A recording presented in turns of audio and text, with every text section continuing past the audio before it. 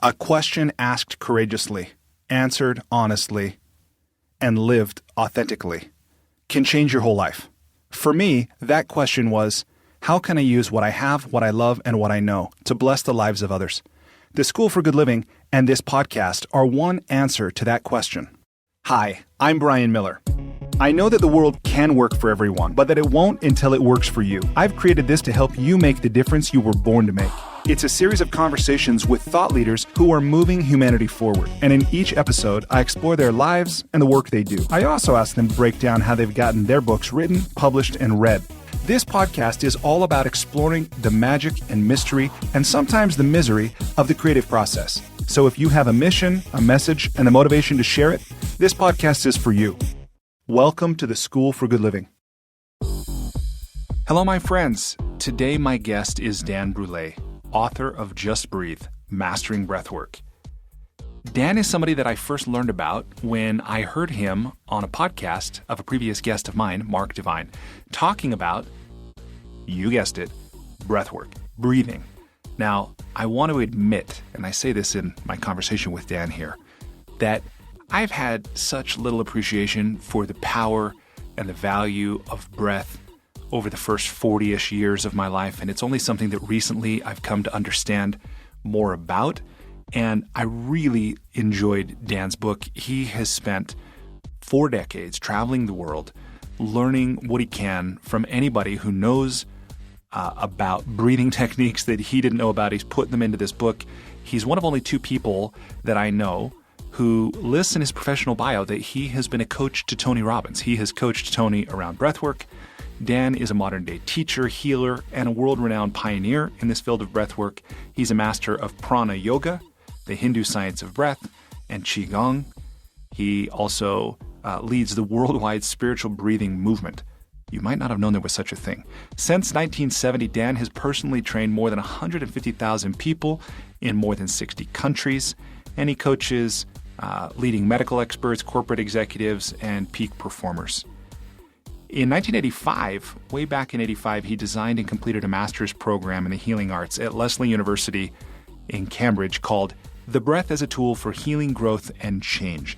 And one thing that I love about thought leaders, about experts, is when their work is basically the same message decades later. One would think maybe that you could get stale, you could, kind of run into this wall, maybe it's time to reinvent yourself or something like that. But at the same time, I think there are people like Dan who they just get deeper and deeper and deeper and learn more and more, and then they have more to share. Some people say breathwork is the new yoga. And part of what I love about the things that Dan shares, and this is not an exaggeration to say, that things that I've learned from him, things we talk about in this interview, things that he writes about in his book, have changed my life, these principles and these practices in this short time. And one of the things that's remarkable to me about the breath, first of all, is that it's this very simple thing that can have a profound effect on our experience of life. It's one of the few things that we have conscious control over that is mostly unconscious. Most of the time it's unconscious. And how our breath is something we can use to help us relax or to help us find energy that we want sometimes to get things done. And the breath perhaps is the intersection of the physical and the spiritual. So I hope that you really do take something away from this interview that improves the quality of your life. It expands who you know yourself to be and the results that you're able to produce. We all want to make a bigger contribution, and we're all looking for an edge. And as simple as it is, as Dan says, it's right under our nose. Perhaps breathwork is that thing. So if you like what you hear from Dan on this interview, be sure to connect with him on Instagram at Dan Brule Official. And Brule is B-R-U-L-E, so at Dan Brule Official. You can also visit breathmastery.com to participate in his online program or his live events, or maybe have him come speak to your group or work with you or your team directly. Dan is awesome. I'm so grateful to him, to you, Dan, for coming on this show, and I'm grateful to you for listening. So please enjoy this conversation with Dan Brule, and may your life never be the same in a really good way. Dan, welcome to the School for Good Living. Wonderful. That's kind of an ethical obligation, isn't it, to live a good life? I think so. I think if we are blessed with the privilege to be able to do so, to do it and to share it, right? Which is part of a good life, I think. Yeah, definitely. So, Dan, what's life about? Well, it's about being loving and expanding, I think. It's about leaving every place you touch a little better than you found it. It's about living long as humanly possible and living a high quality life as possible and serving as many people as possible. We're all connected, so best thing I can do for myself is to serve as many people as possible, and the best thing I can do for other people is to become the best that I can be personally. So it's a dance, isn't it? It's a great adventure, and I think we're meant to play a very creative part in this process we call life. I think you're right. Someone pointed out to me that if it's true, in fact, that we are made in the image of our Creator, then by definition, we must also be creators. Yeah. Hey, and every time we hold something in consciousness and we put energy into it, something is created, something is manifested. And for me, that energy comes from the breath. So when we link breathing with heartfelt intention, we're actually crystallizing and manifesting and bringing into being what it is we hold in consciousness. I think the mind gets its power from the breath. Its creative power comes from the breath. And when we merge breathing with thought, breathing with movement, breathing with visualization, we somehow awaken our creative powers. Yeah. This is something that I think I'm really just now waking up to. And I think many people are looking for this, even if they don't know that it's what they're looking for. And I'm a little bit embarrassed to say that it's taken me about 40 years of being alive to really start to appreciate just how magnificent and important and powerful the breath is. And the simple things, the most basic things are always the most powerful. It's like, duh. And what's right under our nose was usually the last thing that we notice because it's so obvious. So, hey, 40 years is pretty good. I have friends who are into their 70s and 80s and haven't quite gotten it yet. So, hey, way ahead. Well, I understand that this is something that you really came to understand its importance at an early age. And in fact, in your book, which I'll ask you about in just a short moment, Just Breathe. But you share a story in your book about being at school and hearing something from the Bible that talked about the importance of breath that really lit something in you. Will you share with me a little bit about what that was and what it's done for you? Yeah, well, I was a prisoner of the Catholic Church until I graduated high school. So I got all of the Catholic programming and conditioning early in life, and so I'm a recovering Catholic.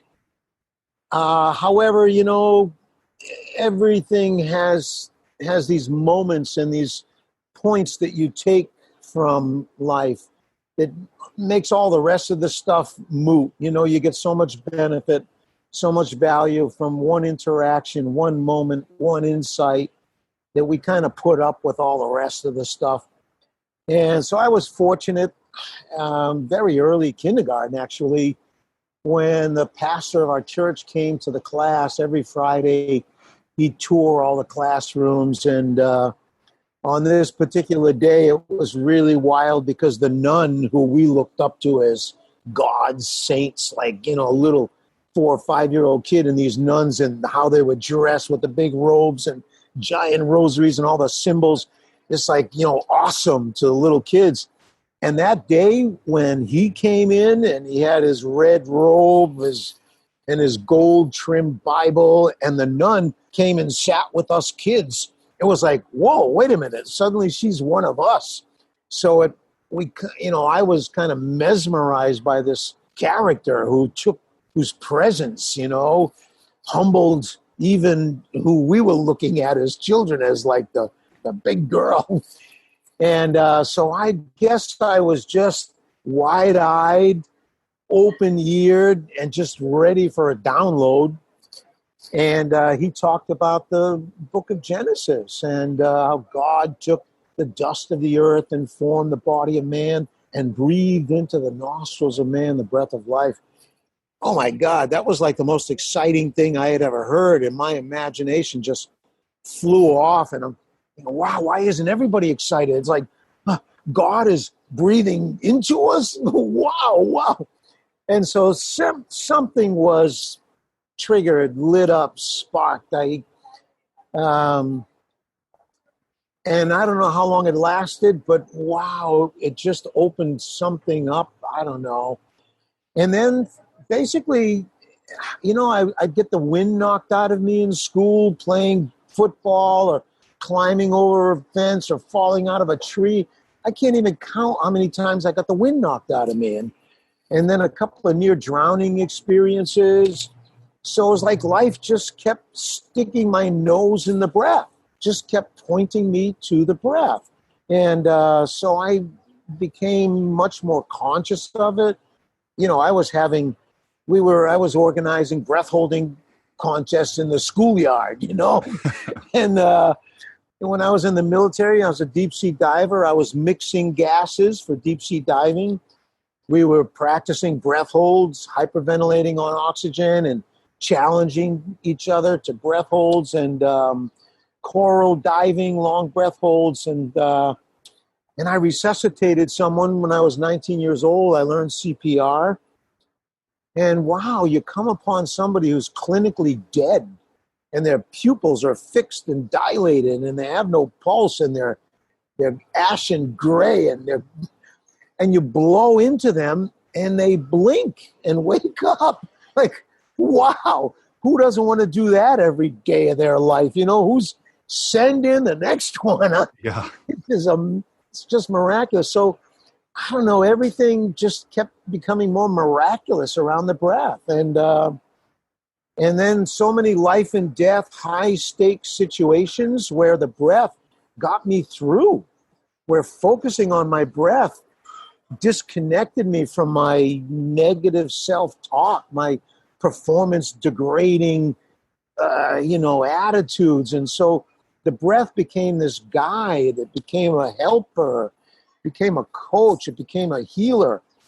And so, I'm just, I've had this passion about the breath and an obsession, you could say, and it evolved into a profession. So you find the thing that you love to do that fascinates you the most, and then somehow, after giving it away and just dancing and playing with it for years, suddenly people are pulling it out of you, and you don't need a job. So yeah. Life is a hoot. I love it. Well, I think there's probably a lot of people who are listening to this that maybe recognize in themselves an area of curiosity or interest or passion that they are pursuing, but they haven't maybe mastered it yet, or they certainly haven't had the experience where the world is beating a path to their door.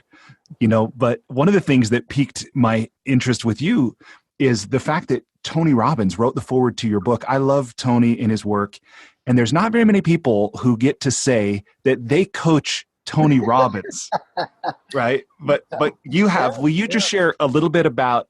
I mean, obviously, if Tony's working, asking you to work with him, you are a top performer.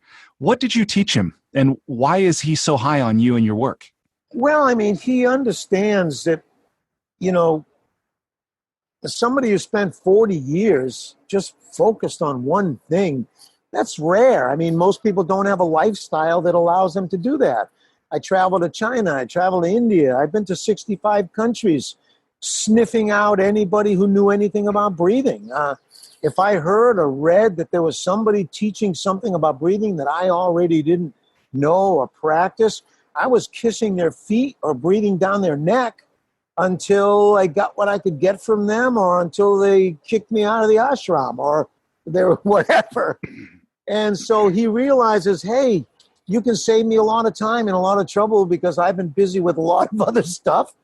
And actually, I worked with his son, Jarek, And Jarek got turned on and I guess shared his experience with Tony. And Tony called me up one day out of the blue, which, I thought one of my friends was just kind of like running the joke on me. And, hey, this is Tony Robbins. Like, yeah, get the fuck out of here. Who is this? Like, come on.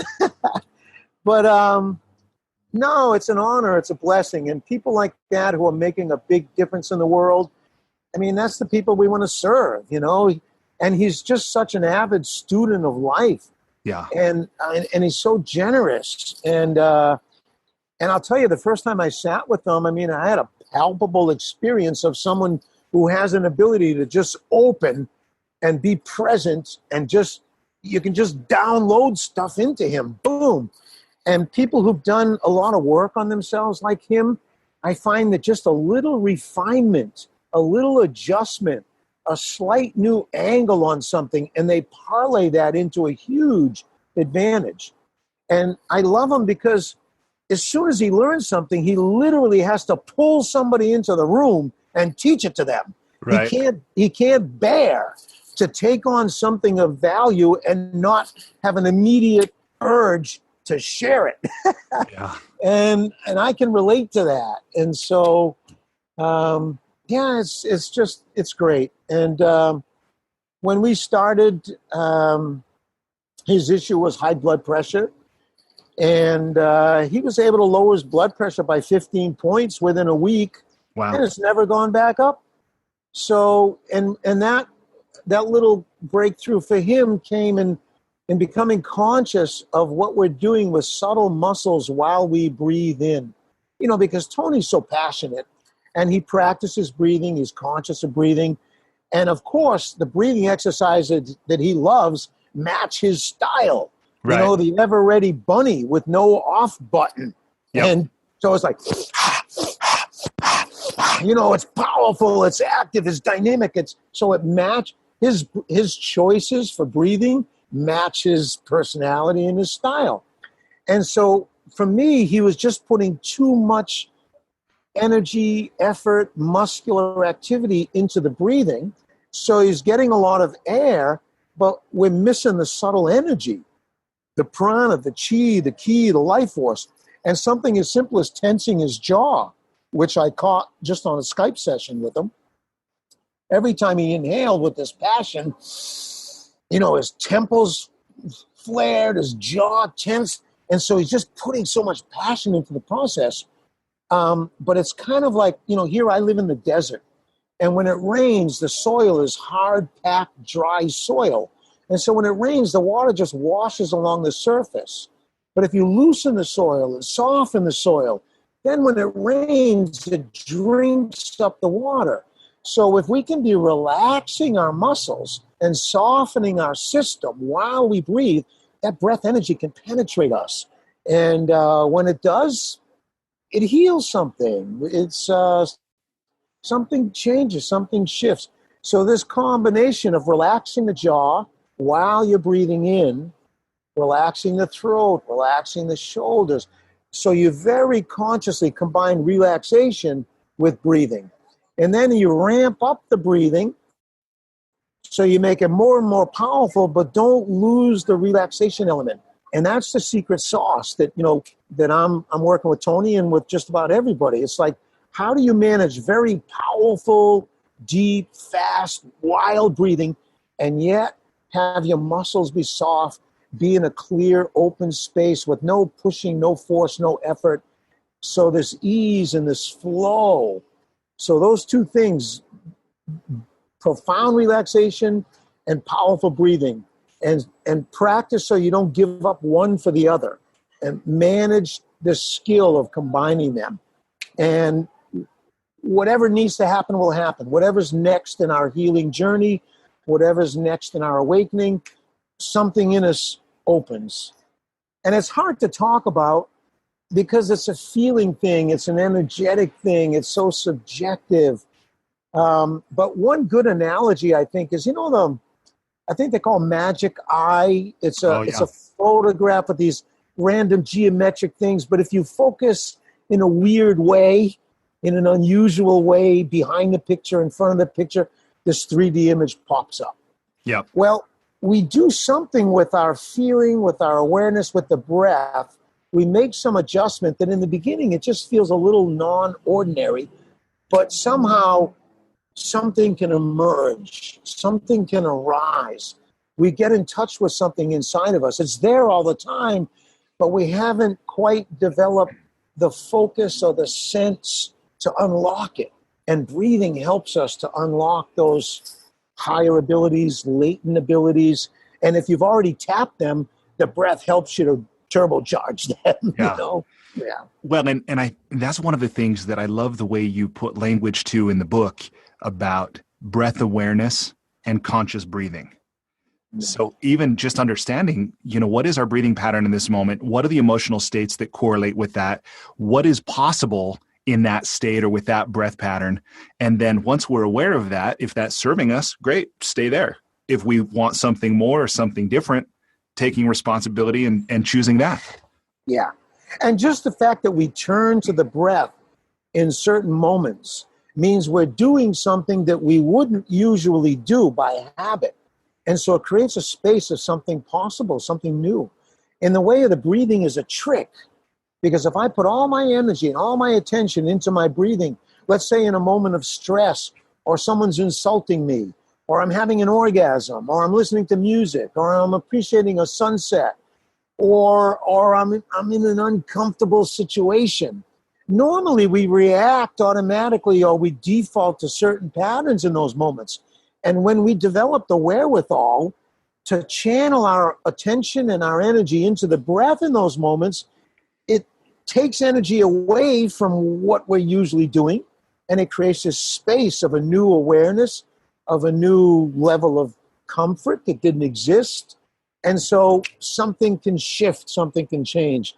So it's a matter of bringing our attention to the breath as a ritual, as a meditation. Let's say in the morning for 10, 15, 20 minutes, you don't do anything except observe the breathing. Be present with the breath. Let the breath come and go by itself. Don't do the breathing. Don't control it. Allow it to breathe you and assume this position of the witness. That's meditation. That's mindfulness. That's coming into the present moment. And then from there, so that's what we call breath awareness. And then from there, we begin to do something with the breath. We control it. We give it a certain pattern. We breathe with a certain intention. We breathe a certain rhythm. We put some quality into the breath. Now we're participating. So there's the level of being and the level of doing. There's the passive aspect and the active aspect. And breath work is about this dance, going back and forth between the two. The breath breathing me and me breathing the breath. Being and doing. And those are like two wings, breath awareness and conscious breathing. Wow, between those two things, sometimes just bringing your attention to the breath and realizing that you're holding your breath in a certain moment is enough to have a breakthrough in performance and creativity, in an emotional situation. And then the ability to master, control your breath, regulate your breath, get a handle on it, means that we're getting a handle on our awareness, our consciousness, which is essential, and our life force, our energy. And when you get a handle on your consciousness and your energy, you're in the most creative state you can be in. So it's well worth practicing. Yeah. I'm experiencing this myself, and as I mentioned just a few minutes ago, it's not something I've been consciously aware of, breathing or what I could do with it, or what I'm not doing with it. And, I suspect that of everybody listening to this, not everybody, but some people are in this same inquiry. Like this is the perfect conversation for them at this moment in their life. For other people, I think it could occur like, oh, that's just more mental chatter to try to juggle or sift through. I suppose from there, I want to segue to the book, because if people are listening to this, they've already listened for, 15 minutes or so. And again, I think they're either having an experience like, man, this is awesome, tell me more, or they're kind of on the fence. I want to explore why just breathe might benefit them, and start by, if you'd start by sharing the answer to this question: why did you write this book, and what did you want it to do for people? Well, the realization was that all those high states and these extraordinary abilities that we normally attach only to the great saints and the warriors and the mystics and the masters and the gurus, those same high states and those same extraordinary abilities, the average person can access them. They had a belly button just like us.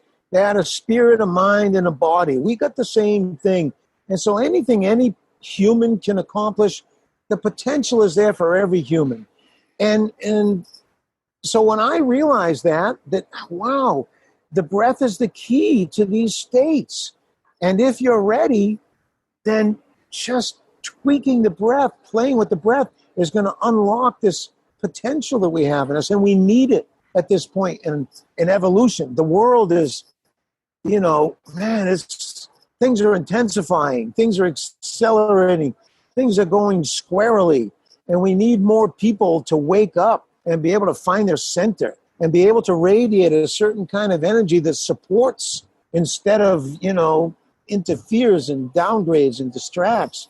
And, a heartfelt intention powered by the breath unleashes this creative energy that really makes a difference in the world. And so I'd like people to just discover the power and the potential that we have inside and how we can use the breath to unlock this potential and maybe even just unlock our highest self.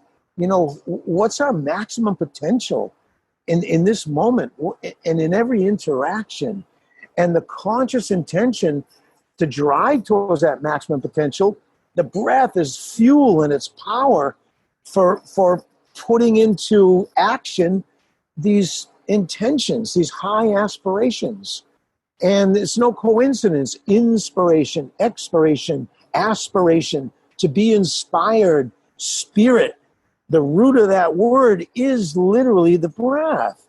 And it's not taught in schools. And nobody, now, thank God people are talking about it. 40 years ago, I felt like a voice crying out in the desert, breathing, schmeathing, meditation, meditation. But thank God science has caught up and it's grown and there are so many teachers now. It's almost hard to escape. Mindfulness practices, stress-related, strategies for coping, they're popping up everywhere. And the breath, it always shows up. And since it always shows up, let's put some quality time into developing that aspect of it. So I'm just, it's my passion, it's my profession, it's my obsession. And frankly, I don't have much choice. I don't know what else to do. If I wasn't teaching, I'd be sitting on a couch drinking beer and watching TV. Yeah. I have to teach just to keep my own inner practice alive and to feel like I'm making a difference in the world, and that that people are able to, improve or heal or grow or awaken or have some comfort because of a little thing that I learned and I can pass on. Wow, send it in. Yeah, that's beautiful. What you're saying resonates a lot with me as well. Some people have asked me why I do this, why I podcast, why I coach, why I teach, and I say that same thing. I don't know what else to do with my life. I've tried alcohol, I've tried gambling, I've tried video games. It's like, this is it. Mm-hmm. So no. Yeah. So something you say in Just Breathe really piqued my interest. You say that consciousness and relaxation while awake is so rare that when it does occur during a breathing session, people often describe it as a peak religious experience. Yeah. Yeah. Will you say more? Yeah. Well, the average person's reaction to relaxation is sleep. And I don't know, there's something about that just shook me one day. I'm going, wait a minute. So I relax more, and then I'm unconscious. Why should relaxation lead to unconsciousness? And so the idea to try to stay awake as we relax, it's the breathing, conscious breathing keeps us awake while we relax. Without that conscious breathing, we're just going to slip into unconsciousness along that path of relaxation. But if we maintain a conscious connection to the breath and we're actively moving the breath as we're relaxing, we break through to a unique state. It's almost as if nature makes us go unconscious so that the body can renew and reboot and rejuvenate.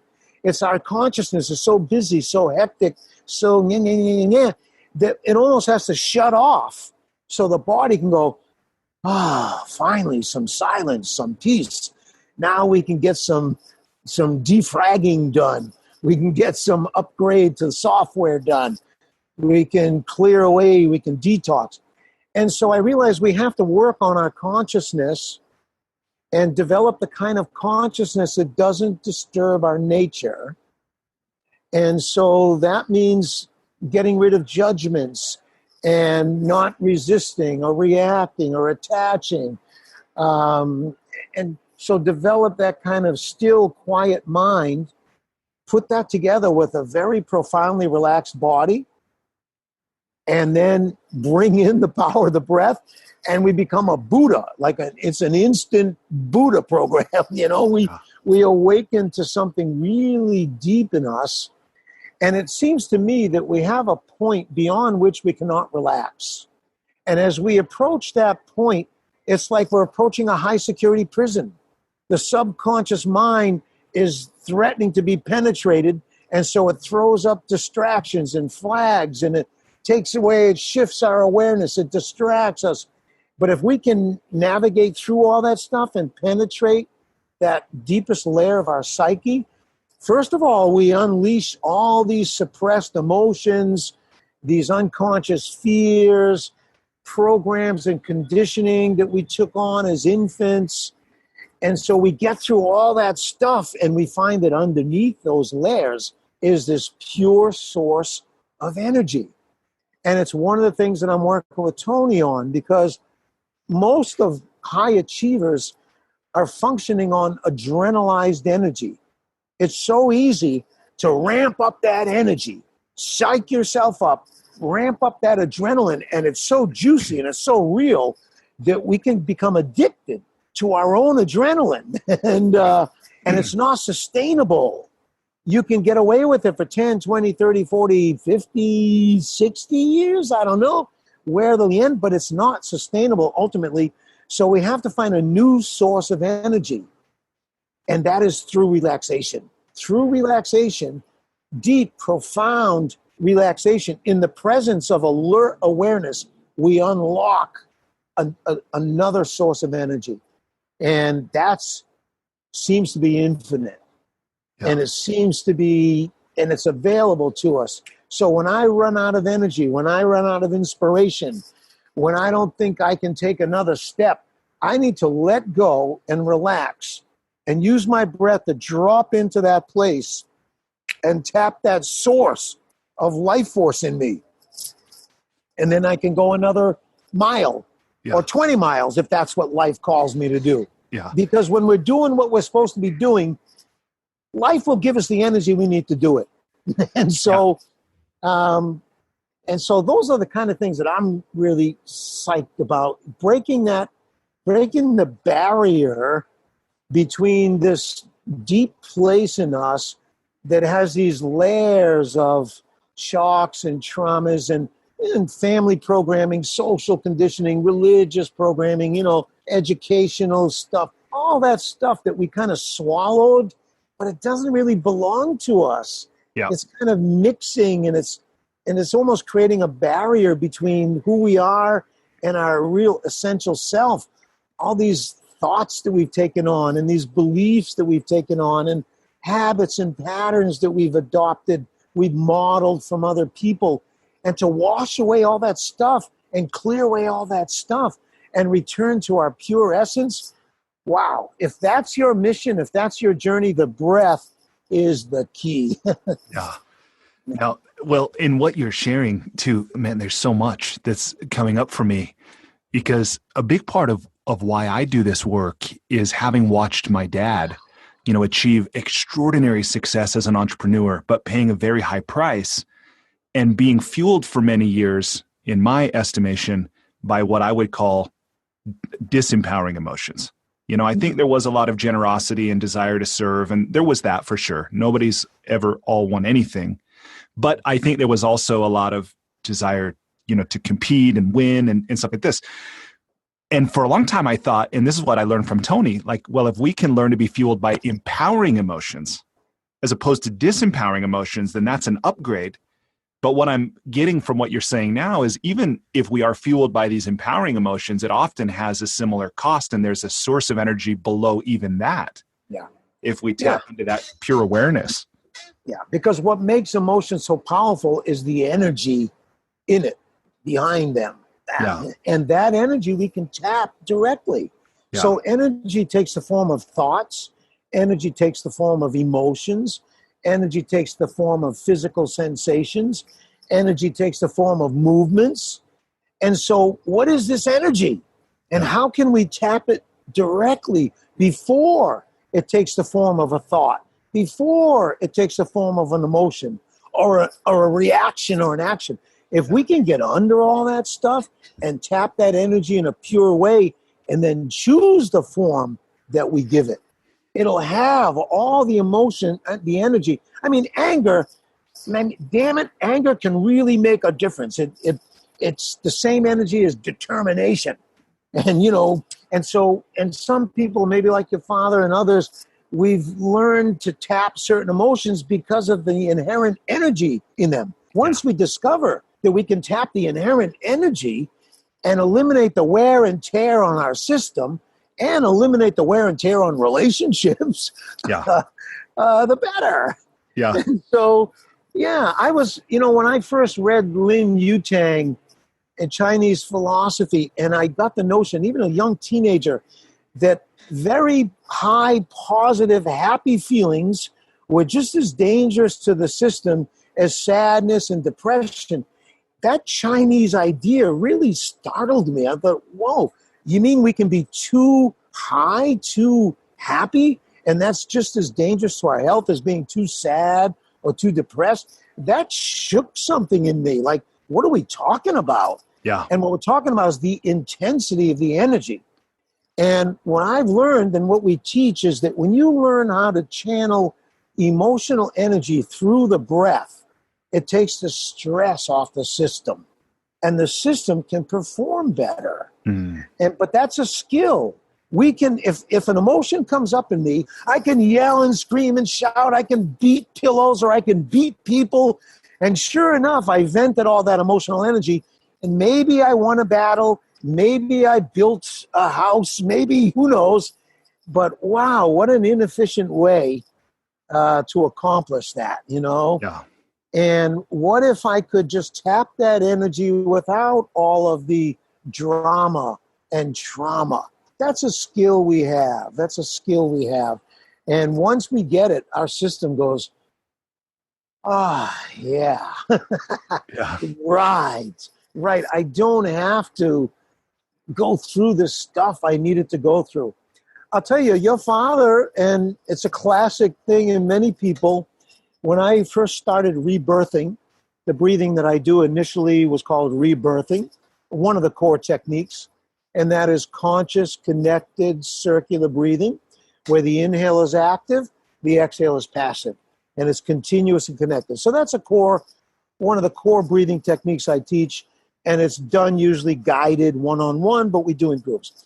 Anyway, what we discovered was that the birth pattern, in the early days, we were all about birth trauma when I was doing this breathing, because what we discovered was that whatever pattern occurred during the birth, let's say I struggled to get through the birth canal, and I struggled and I fought and I knew, and I made it, and I came out into this freedom from a little closed up world through this difficult, struggling birth canal, and I was rewarded with this tremendous freedom.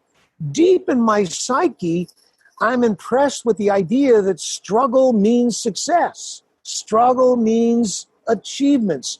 And the more I struggle, the more I achieve. And many people can say it. Yeah, you want to accomplish something, work harder. Yeah, And if you want to accomplish something really huge, work really hard. Yeah, and no pain, no gain. We even say that, right? Yeah. And pain, and then the religious people take it and they kind of manipulate us like pain leads to pleasure, right? So if I'm willing to suffer through some painful event, I'll be rewarded with some pleasure. And the opposite is, hey, if I take too much pleasure and I enjoy myself too much, I'm going to be punished for it later. Pain follows pleasure, pleasure follows pain, and we're stuck in this sort of loop, and we can get off that wheel, you know?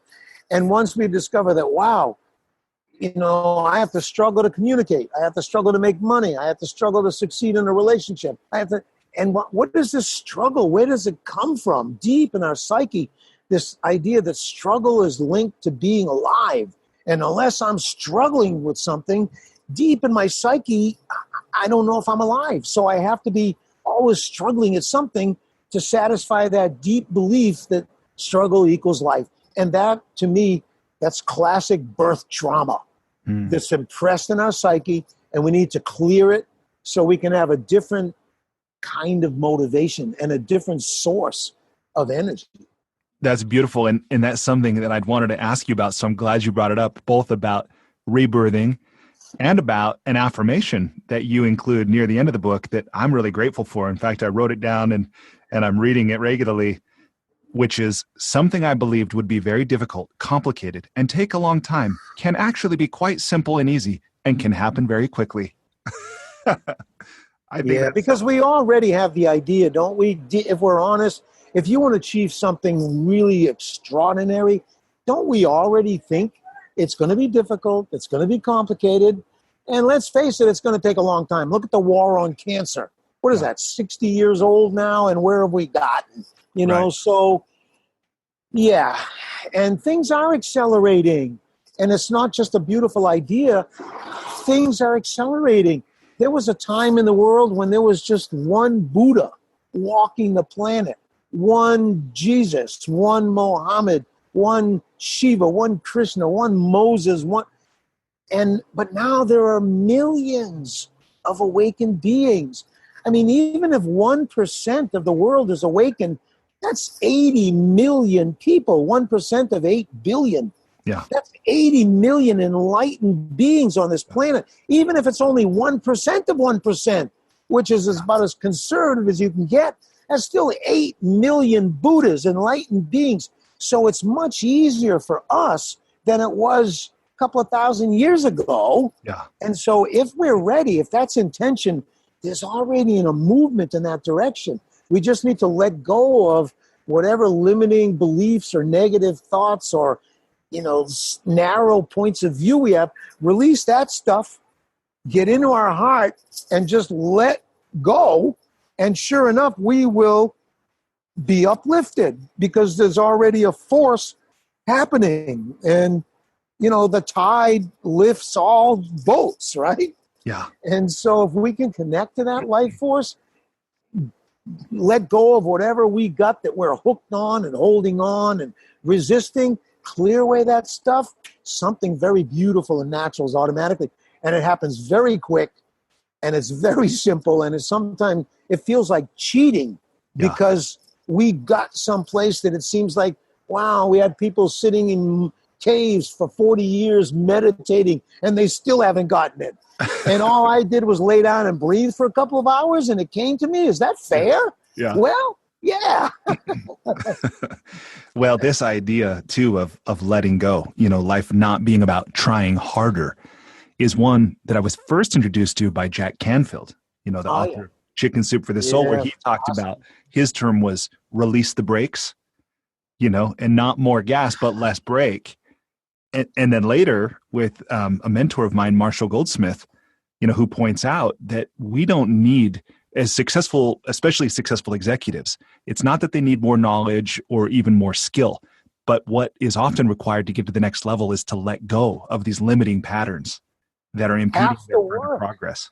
Half the work is relaxation, literally. Yeah. I mean, we've got to be doing, and wow, I just read an article, someone sent me 15 minutes of just doing nothing, mindful practice. gives 50-year-olds a 25-year-old mind, So, yeah, it's the way. And you can only push so far before you realize you need a plan B, because you just can't push hard enough and you're running out of energy. So you got to have another way to move forward.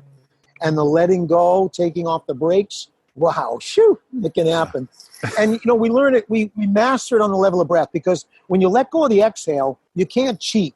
Somebody looking, somebody listening, and you yourself paying attention, are you letting it go, or are you holding some of it back?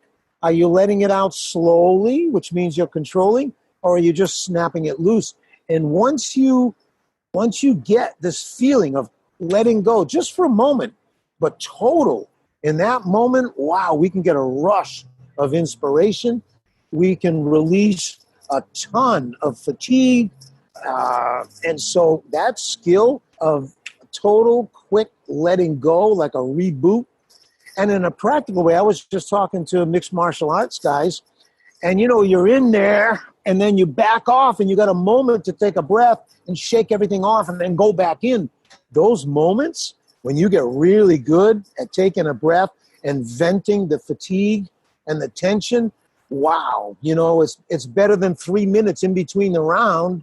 You can just take a one breath and recharge and release. That's a skill, and we can muscle up that skill with practice so that we can get to the point where, heck, with an hour of breathing, you can get what most people get out of, a week in the Bahamas in terms of relaxation and renewal. And it's just a matter of practice. Yeah. It's amazing. It's one of those things to me, as I listen now, it almost sounds too good to be true. Like, that's too easy. That couldn't possibly be, possible. And that's why experience yourself an unarguable experience. And, nothing works like a real experience. And that's one of the reasons, like Tony and other high performers, what's the most precious thing that we have? At some point, it's time, right? Money, I can lose it and get it back. Friends, I can lose it and get them back. My health, I can lose it and get it back. But time, so how can if I only have 5 minutes, if I only have 10 minutes, if I only have a minute, what's the most and the best I can do to squeeze all the potential out of that short time I have? And boy, the breath gives us that ability to maximize. Hey, if I only have 5 minutes to recover before I got to do another emergency surgery, or I've only got 10 minutes before another ambulance call, or 10 minutes before whatever, another presentation, and I need to find my center, recharge, relax, clear. Wow. Breathing is the key to saving ourselves a lot of time. You mean it's not Diet Coke? Yeah. Or Red Bull. Yeah, totally. So a couple things I want to get your view about. So I heard Sadhguru say that it's possible to know one's entire destiny, their history, and their future from observing their breath. I was like, that's a pretty bold freaking claim. Yeah.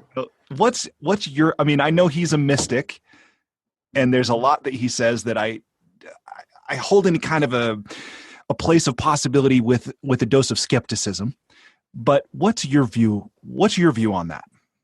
Oh, definitely. I think breathing patterns are like fingerprints.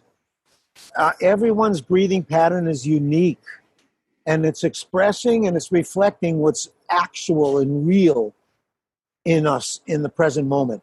I can smile even though I don't really feel like smiling. I can look tough even though I'm scared shitless. So we can do things with our posture, with our tone of voice, with our facial expressions to kind of express and reflect who we are or how we are in the moment. But we also learn how to disguise those things. We put on a social mask just to get along. We hold back how we really feel because we want to hurt someone else's feelings, or we don't want them to kill us. And so we can't trust posture. You can't trust facial expressions. You can't trust tone of voice. And you can't trust people when they say, how are you? Fine. Right. Really? Yeah. So But the breath is so pure, and there are so few breathing masters on the planet that the breathing is giving away who we are and how we are, whether we try to hide it or not. Our relationship to our breath is an expression and a reflection of our relationship to our body, to our mind, to to life, to people, to nature. And so if we observe the breathing, we start to get very pure information. And our every psychological state has a corresponding breathing quality. And so if we learn to study the breath and begin to look for details in the breathing, we unlock all this information. So I agree with them. I can't say that I've gotten to the point where I can see clearly everyone's past and future, but I got a sense of the kind of life they've lived and the kind of traumas and successes they've had. And I can easily imagine, if they continue the way they are, the kind of future they'll create. Yeah. And so it's easy to introduce a shift in breathing, which causes a shift in thinking, change in habits, change in behaviors, change in emotional reactions, which creates an entirely new future. So, I think I'm on board with him in general with that. Yeah, I could see that. Yeah. Well, I want to go back to something you said just a few minutes ago, because it's one of my favorite conversations with friends, like on a road trip or just over, coffee, is this idea of, what does it mean to be awakened? What does it mean to be enlightened? What's your view? For me, the most conscious people I've ever met have been the most spiritual. The most spiritual people I've ever met have been the most conscious. And so maybe there's no difference between being conscious and being spiritual. I think being awakened is having mind intelligence, heart intelligence, and body intelligence all alive and contributing to our experience of each moment. If we're trying to make it through life just with our head, we're missing a whole range in the spectrum of awareness and consciousness. And so intuition might be a good word when the heart intelligence and body intelligence supports thinking. We unleash an intuitive kind of power. I think it's basically when our heart chakra becomes the new root chakra, when our default is not down into power and control and survival and sensations, but our baseline default is somewhere in the heart center.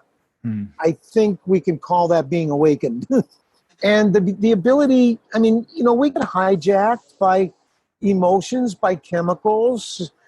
Something triggers us. Real chemicals are activated in our system. And so if we identify with our body-mind system, then we become that disturbance, that upset. But when we are conscious and aware, and we can observe our mind-body system, we are in what you might call an awakened state. That stuff is happening. We're not suppressing it. We're human. Those feelings are happening, but they don't push and pull us. We're able to choose who to be and how to be, regardless of what's happening inside of us, regardless of what's happening around us. I think that's awakening. I think that's enlightenment. And it's remembering. It's more about the ability to return to who we are, because everything is momentary. I spent the first 30, 40 years of my life in search of enlightenment, and I finally got it. But here's the joke of the universe. How long does it last? That long. And so imagine spending 30 years of your life seeking something that lasts for a moment, but you can never go back. You can never erase it. You can never forget it. Yeah. And so then so now I know it's there. And now maybe it's possible to live from that place, which means identifying all of the things that have the power to pull me out of it. We've all had these moments of this beautiful connection to nature, to everyone, where we feel our borders dissolve, where there's no questions, where everything is clear. We've had these moments of awakening, but they are just that, moments. Yeah. And we stumble over them by accident, coincidence, by grace. But I think being awake is accepting a responsibility for coming from that place of enlightenment and learning how to return to it quickly when we get pulled out. And I think that's an awakened, I think that's a conscious life. And there's something about the ego is no longer our primary reference point. I mean, you have pain in you and I feel it like it's in me. I can't pretend that's not true anymore. I can block that feeling, but when I'm open in this awakened state, I'm feeling everything. And so now what do? I can understand how when we're young, we need to like turn off some of our antenna because it's overwhelming. If I'm feeling everything that the people around me are feeling, it's very difficult to stay in my own center. It's very difficult to function. So I almost have to turn off my antenna so I can kind of protect myself from being overwhelmed by everyone's thoughts and feelings and their energy. But once we grow to a certain point of strength and power, we can turn those antennae back on and we can learn how to navigate that stuff so we can have one foot in each world. And so for me, I think that's an awakened state. Fully human and as much as we can be fully divine.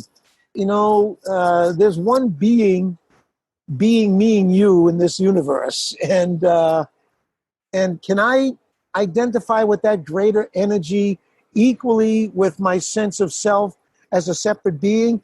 I think if I can manage that, then in the right moments, I'm going to lean the right way. Yeah. If I need to make a personal egoic contribution to the moment, then that's what will happen. Like a wave forms on the ocean. It says what it says, it does what it does, and then it disappears back into the ocean. Now, trying to keep that wave alive and awake and through time, that's ego. Yeah. So we can use the ego and all that ocean energy comes up. We express something, we make a real tangible difference in the world, and then that ego dissolves and we melt back into the ocean. And I think being awakened is getting comfortable with that, you know, get comfortable with that one foot in each world. Yeah, that's it. That's beautiful, beautiful description. Thank you for sharing that. So, okay, so I have just a few more questions before I transition us to the enlightening lightning round. How you doing? I'm just checking in with you. Oh, excellent, man. Good. Okay, good. So one of my teachers is Yogananda. And Paramahansa Yogananda, Autobiography of a Yogi. Yes. And one of the things I read in his lessons, since he left this earth before I was born, is he has this statement, breathlessness is deathlessness. And I'm really curious to get your view about that, because one of the things I learned somewhere along the way is that what's happening when we age is that our cells are actually oxidizing, that we're rusting.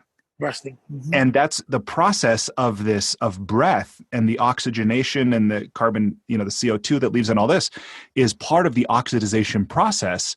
And the statement, breathlessness is deathlessness, is interesting to me because it would seem accurate if you stopped at breathlessness is death. But the statement, breathlessness is deathlessness, makes sense to me if I apply that scientific view of, well, we would stop rusting if we would stop breathing. Mm-hmm. But how could we stop breathing without dying? And by the way, the last part of this for me, that's when I say it took me 40 years, I didn't realize literally until the last 6 months that when we exhale, our system slows down. And it's when we inhale that our blood pressure and all that actually increases. But what's your view of breathlessness as deathlessness and moving closer to that without actually dying? There's a natural pause at the end of the exhale. And so a natural breathing pattern, we inhale, exhale, pause. And that pause for us in an everyday life needs to be a comfort zone. The system has a chance to stabilize itself. We just made a cosmic journey, inhale, exhale, and then we come home. And we want to stay at home a little while before we make another journey. So many people, what they do is they abort the exhale. They don't complete the exhale. If I can exaggerate it, something like, so,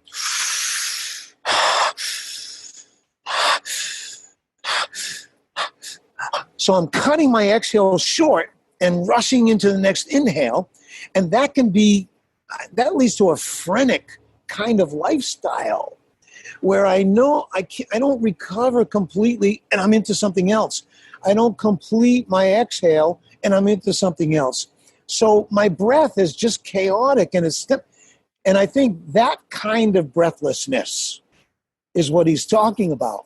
And when you come into the still space at the end of the exhale in this pause and you relax everything and you turn up your awareness to the details of the feelings and sensations in your body, and you get in touch with these feelings of aliveness in the absence of the air huffing and puffing and blowing and moving, we come into contact with something very subtle. I mean, we do this when we want to listen to a sound in the distance. We hold our breath and we become very still because we're reaching out with our hearing. And so when we're reaching into something deep in us, that breathlessness helps us, that pause, that stillness helps us to penetrate a certain silence, a distance deep within. And so what I think there is breathing happening, but it's not the breathing that we're huffing and puffing kind of thing. It's pure energy breathing. There's a pulse. There's a natural pulse of life. It's not the heartbeat. It's not the spinal fluids. It's another pulse. And in that stillness, in that breathless state, we get in touch with this pulse of life. And it's not just the life for our body, it's the life of the universe. And so if we can embody that, if we can connect with that, hey, our body is just like everything else in the physical world. My friend Leonard Orr said, if humans are so smart, how come dirt lasts longer than most humans? If we're supposed to be so smart, or turtles, live 300 years, or trees that live 2,000 years, and we're supposed to be the high species on this planet? What are we doing wrong? It's because we're not connected to that deathless part of us, that immortal source essence in us. And I think that's what he's talking about, getting in touch with that infinite, eternal essence that fills and surrounds everything. That's that deathlessness. Yeah. And for most people, we have to clear a lot of stuff out of our system to get to that real pause. Because if I have thoughts, if I have feelings, emotions, tensions, activity in my body, I can't stay in that breathless state. The demand, metabolic demand is too great. So I have to do a lot of work on my mind-body system to get to that point that he's talking about. But wow, what a great goal. Yeah, it's beautiful. That it reminds me of something I read in Nisargadatta's I Am That, where a questioner asked him, the questioner says, in order to be an engineer, one must learn engineering. In order to be a god, what must one learn? And his response, one must unlearn everything.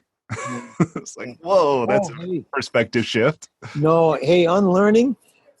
Everybody that comes to my trainings these days, and it's pretty obvious, we all have certain things, habits, patterns, behaviors, strategies, whatever, methods that have outlived their usefulness.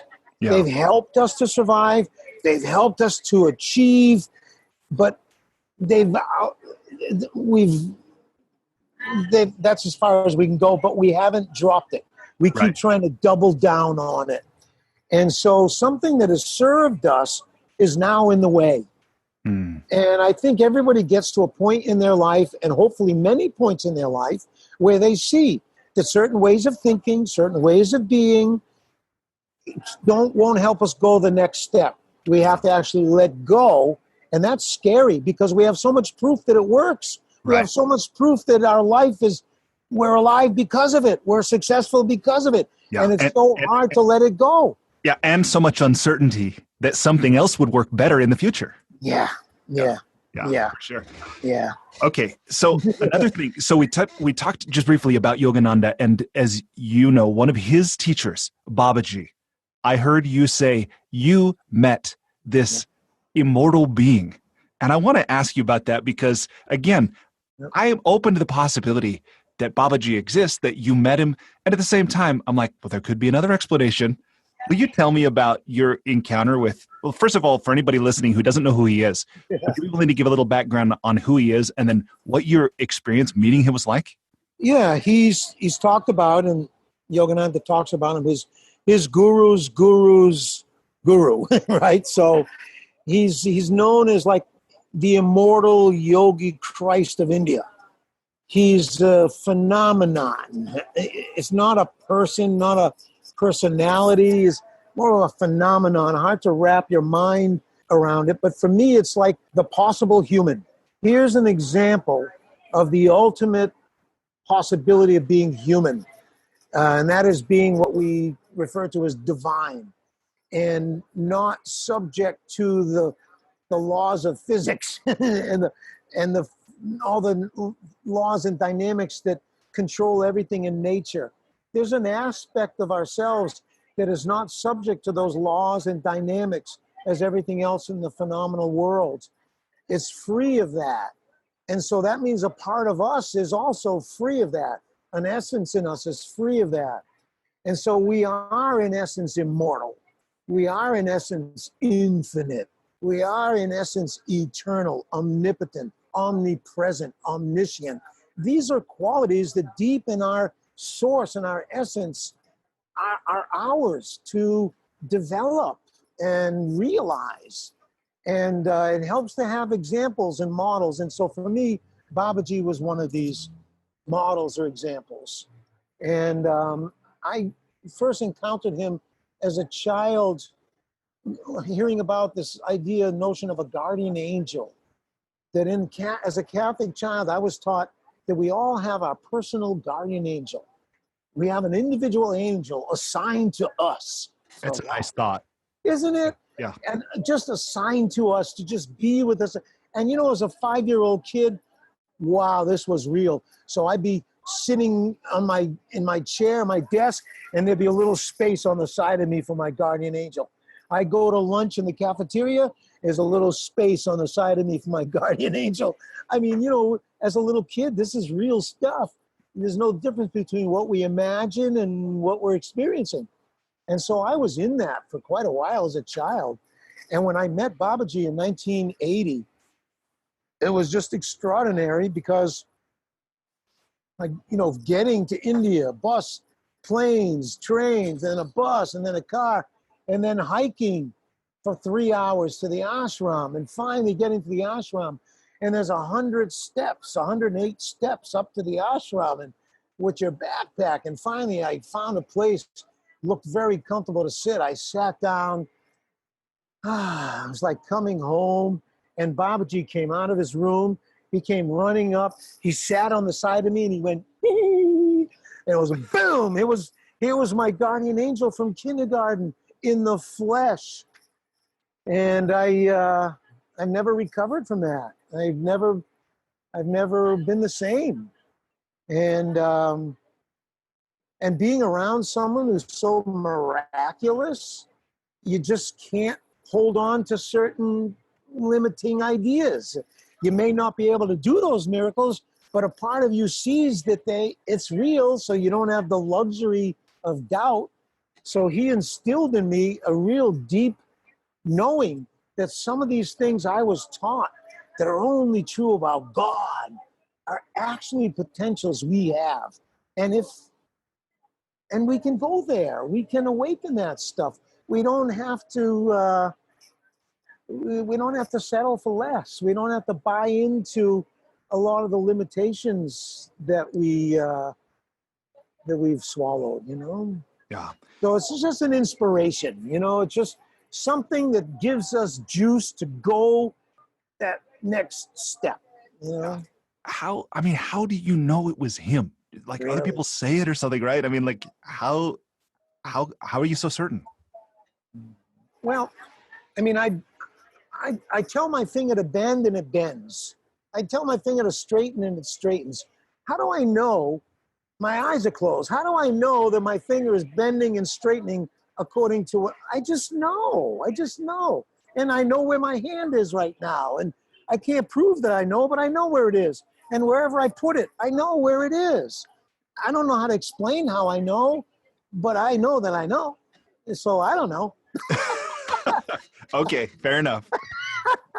All right. Well, thank you for that. And then the last thing in this part of the interview I want to ask you about is this breathing practice that I know has a name, probably some Sanskrit or Hindi, other kind of a name. But it's the one that today many people know as the Wim Hof breath practice. Yeah. Right? And I've been practicing this a little bit. But when I do, I sometimes feel like I'm going to die. Like literally feel like I'm going to die. And I wonder if you will share with me and people listening a little bit about what this practice is and whether or not it's safe and what the potential benefits of it are. Yeah. Well, yes, it's safe, and our own habits might not be safe. So people who push themselves too much, you can't say that what they're doing is the problem. It's how much they're pushing themselves is the problem. Straining, forcing, being unnatural, that can be damaging or dangerous. But the practice itself, modulated and regulated, is perfectly safe. It might not be the best place to start for some people. It's very raw, So if you're a frail person, you want to adjust that so that you're not straining yourself, let's say. And that just reminds me quick about the idea of stress. Hans Selye, who coined the term stress, later in his life, he confessed that he said, wow, English wasn't my first language. And he used the word stress, which was an engineering term. But what he meant was strain. And so the word stress kind of got locked in there. And he had to go, oh, that was never what I meant. In the specific definition of things, the proper term would be strain. Stress is helpful. It's necessary. It's part of life. But strain, that's us damaging ourselves, right? And that we don't need to do. So in Wim Hof method, if you're just going to take 30 breaths, you can knock yourself out of balance for a while and recover pretty much no matter what level of health you're at. But I would recommend Wim's method for people who don't have any serious health issues. Start with something more gentle and work up to that if you really have fragile health concerns. But otherwise, it's safe. You just adjust it. Yeah. But the technique itself is a no-brainer because it's basically hyperventilation, breath holding. Hyperventilation, breath holding. Now, Wim doesn't like to use the word hyperventilation anymore. It's got a bad rap, hyperventilation.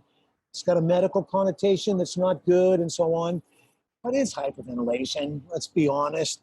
And it's not so bad. And it's actually quite beneficial and useful because when you hyperventilate, you activate a whole package of internal feelings and sensations and emotions and reactions and thoughts like, I'm going to die.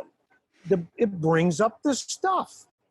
And so if you can relax and tolerate and breathe, you heal something. All those thoughts, those reactions, they dissolve, they resolve, they come into harmony. You clear something, you release something, you balance something. So those symptoms of hyperventilation are very useful. It gives us something to actually accept and surrender to and allow and feel safe with.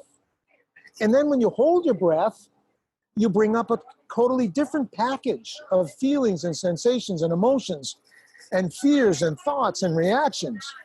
And so if you can tolerate them, if you can comfortably integrate them, you heal something. You grow in capacity. So it's a no-brainer to practice hyperventilation and breath holding. And you're right, it's not new. It's an ancient yogic approach, beautiful yogic approach. And he's kicking butt and taking names on the planet right now. He's turning a lot of people on to the breath and a lot of people on to this idea. As he says, you got to believe you can do this shit. Yeah. That positive psychology and this determination to just through sheer will just accomplish something, you know, we're capable of a heck of a lot more than we realize. And every time we notch up and we go, wow, yeah, what's the next possibility? What's the next possibility? Let's keep going. So I love the guy. I love Wim. I love his method. And for me, it's like if you're an artist and you have your color palette and you have one color on your palette, the Wim Hof method. Well, that's beautiful. There's an infinite number of shades to that color. But what about if you had 50 other colors on your palette? What could you create? And so the Wim Hof method is one of thousands, literally thousands of, you know, unique approaches to a universal practice. And each of us, maybe we need to find our own, you know, you need to have the Brian method, you need to have the Dan method. We all need to find our own way. Yeah. And we borrow and beg and steal from each other in putting together our own way. So God bless Wim, and let's have a million more like them. Yeah, for sure.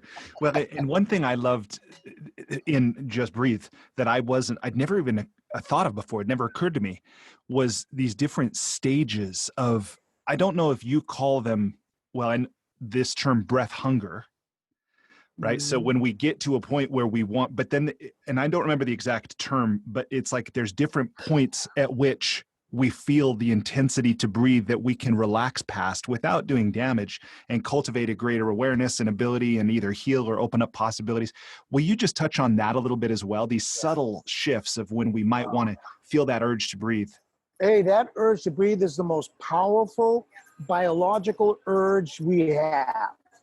And so when you can relax into that urge, relaxing into everything else is a piece of cake.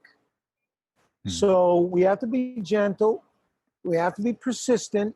I can force myself to override that temporarily, but it's not going to create any permanent change in my system. But if I gradually, let's say I breathe in, I breathe out, and I can pause comfortably for 20 seconds. And then I start to feel this urge to breathe. And I relax into that urge, and I let myself breathe. And then I breathe normally for a couple of minutes, and then I take another breath, I let it out, and I go into another pause. And when I feel that urge to breathe, I try to relax in the presence of that powerful urge just for another moment or two. And then every day, I might practice that 3 or 4 or 5 times for a few minutes each day. And I find that every day or two, my pause is 1 second longer. Just every 2 days, 1 second longer of a comfortable pause. And then after 3, 4, 5, 6 weeks, I'm up to a 60-second comfortable pause. And in that comfortable pause, now I'm able to stay in that pause long enough in a relaxed state that something can open in me. If I'm fighting it, if I'm using my will to keep holding my breath in spite of all those feelings, I'm not gonna get under those feelings, right? So relaxing into intensity, getting comfortable with discomfort. It's not rocket science. It's very direct practice. But like my friend, yours, Mark Devine, says, you don't have to push yourself through these limits, but you have to lean into them. Mm-hmm. If you push yourself through them, you might have a breakthrough.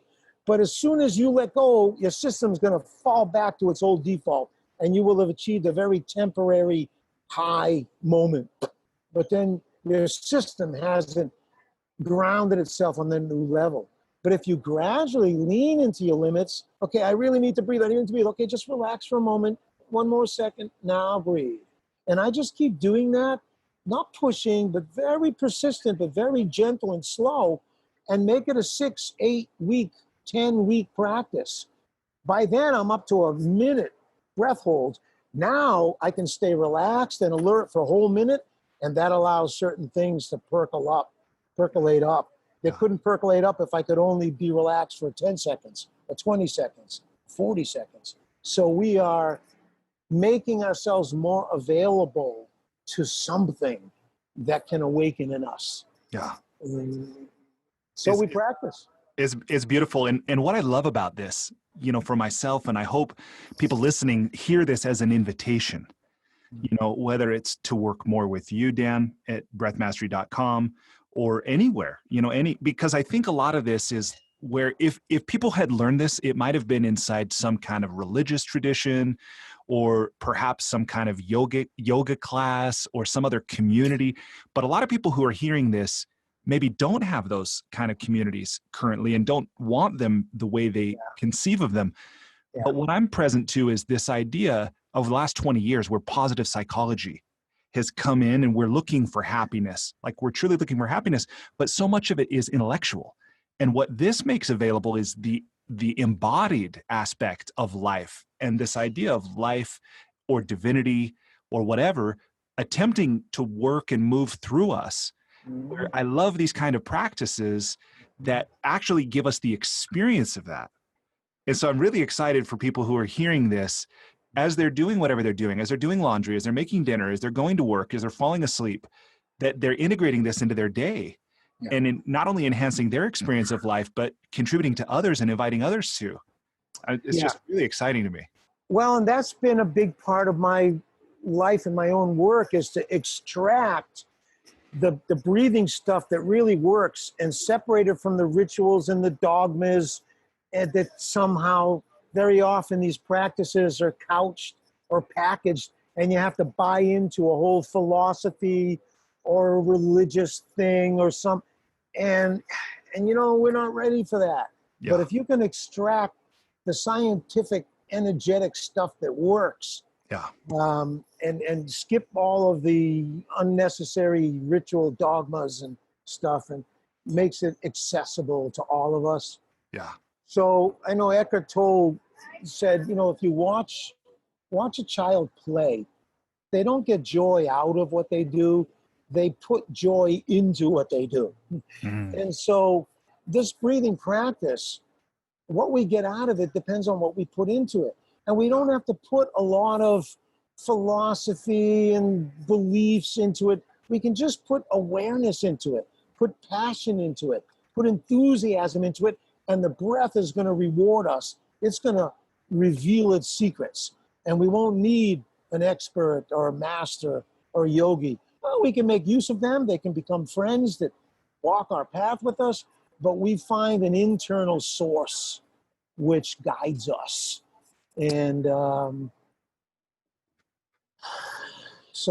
putting consciousness, passion, enthusiasm, great detailed awareness into the breath, meditative awareness, and then ramping it up and putting more and more passion and energy into the breath until we reach a level where we realize, we're struggling to tolerate, we're struggling to integrate, we're struggling to process, so we're at the cutting edge of our growth, and that's when the skills come in. That's when you've had a little bit of coaching, a little bit of practice. You know how to adjust your breathing at that point. You know how to relax and release certain things, and then you can go further, not with effort, but it's more like a breakthrough. Yeah. So That's basic mantra for people, in those moments when we're at the very edge and we're either going to fall back or break through, we need to open and expand. That's an inhale. And we need to relax and let go.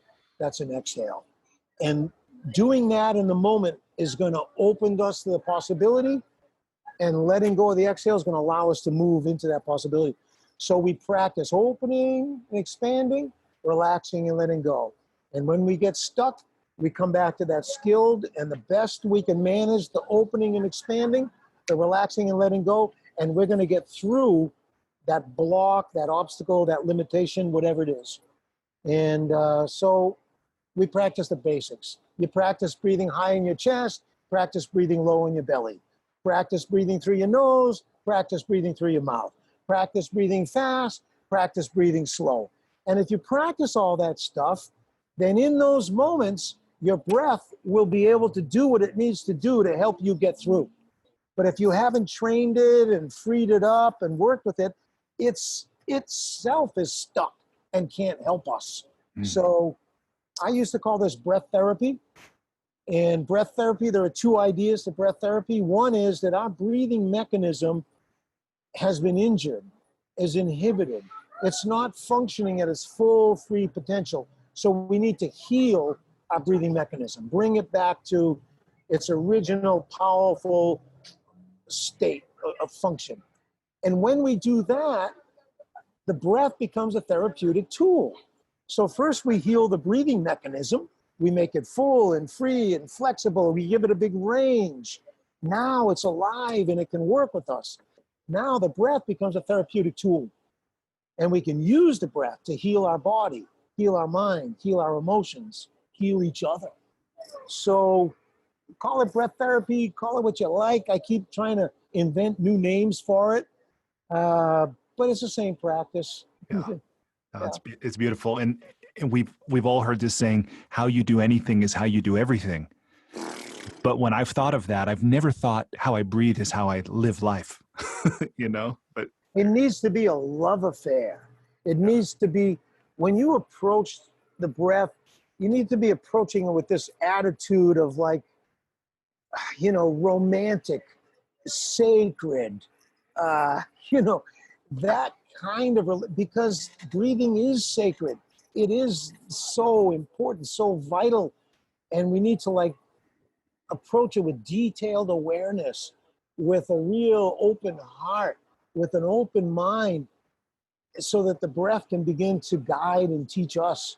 Yeah. And it's like we've had this helper, and the breath is alive and it's intelligent, and it comes in when we need it. And it helps us when we have no energy, and it helps us calm down when we have too much frenetic energy. Yeah. It helps us become warmer if we need that. It helps us become cooler. It's like, wow, it's the Swiss Army knife of life. Yeah. You can use it in so many ways. And each of us needs to find that way. Yeah. We develop a more intimate relationship with our breath. We play with it. We train in the direction of comfort, because nature wouldn't screw with us. If you find a particular breathing exercise or a technique that you find particularly enjoyable or interesting or beneficial, then you can double down on it, practice it, master it. But we can't only train in the direction of comfort. We need to train in the direction of challenge. If we stay in our comfort zone, we never grow. But if you get too far out of your comfort zone, your system will shut down, will sabotage you. And so we have to get into discomfort a little bit. Yeah. I call it the working zone. So we have comfort zone, discomfort zone, and in between we have a working zone. So we have to be out on the edge of our comfort if we want to know that we're growing and expanding and evolving. But it doesn't have to be way outside of comfort. That actually works against us at some point. No, that makes sense. It's inner work. This is all about doing our inner work. And you can call it what you want. You can follow some spiritual path. You can walk the path of some teacher that you resonate with. But in the end, we need to make our own path. We need to find our own path. We need to create our own path. And so we take from as many teachers and helpers as we can. We put together our own unique practice. And then what's the highest potential? Let's go for it. Yeah, I love that. So the next portion of the interview is designed for me to ask you a few short questions. You can answer as long as you want, but I'm going to work to not go too deep or take us on too much of a tangent and let you just move through this. Okay? Good. Let's go. Okay, so in the enlightening lightning round, question number 1, please complete the following sentence with something other than a box of chocolates. Life is like a... a great adventure. Okay. Number 2, what's something at which you wish you were better?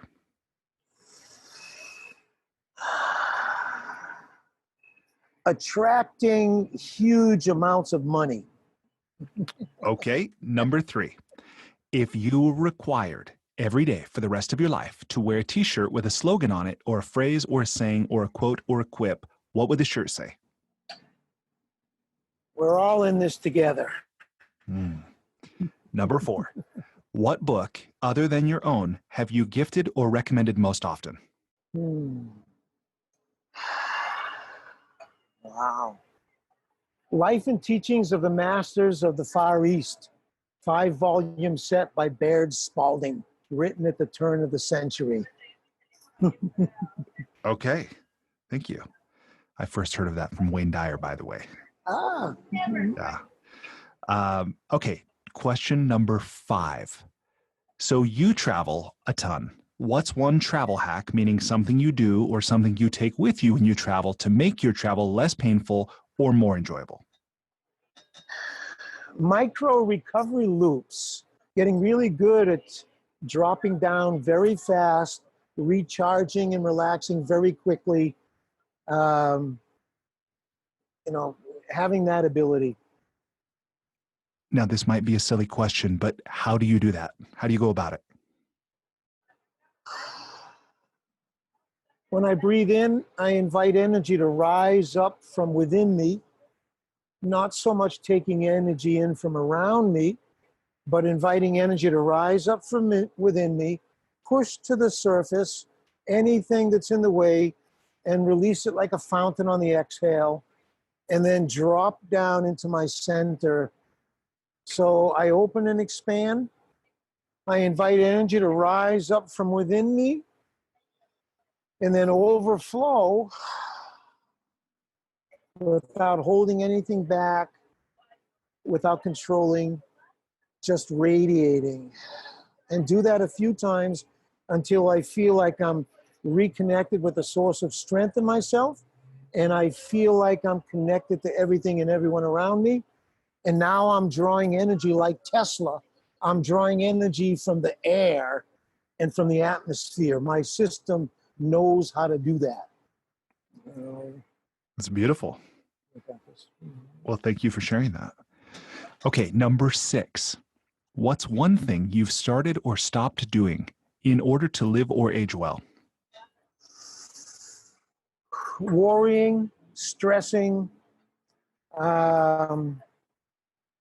boredom, fear, anger. I love that quote from Jonathan Livingston Seagull. He said, and Jonathan discovered that boredom and fear and anger were the reasons that a gull's life was so short. And with these gone from his mind, he lived a long, fine life indeed. So I don't do boredom, fear, anger, resentment anymore. I don't do guilt. That's the mafia of the mind. I trust that my nature is good and that I can get off track once in a while and say things that I didn't mean to say or do things that I might regret. But fewer and fewer times and shorter periods till I wake up and remember who I am and why I'm here. Compassion, practice more compassion, self-compassion, patience. Beautiful. Number 7. What's one thing you wish every American knew?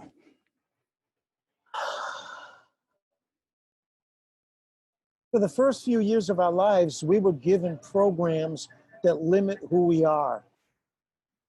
And by the time we started to think for ourselves, we were already thinking with stuff that other people had put in us and limit who we are and who could we be and how could we be if we could eliminate those early conditioning and programming, restore ourselves to an original state and start from there.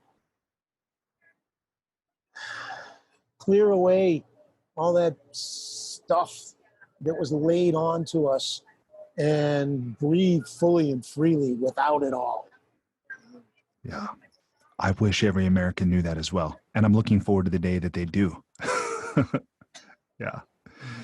Okay. Number 8. What's the most important relationship advice you've ever received and successfully applied? Wow.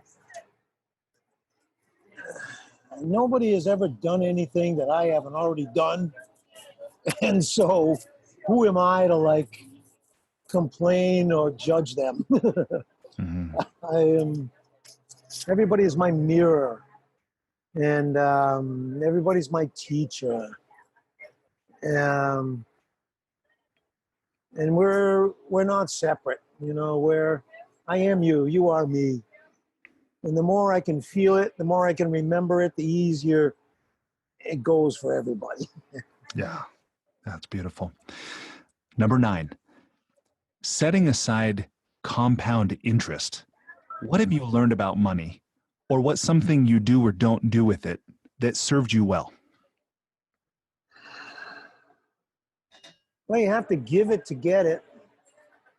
And it represents energy, the flow of energy in our life.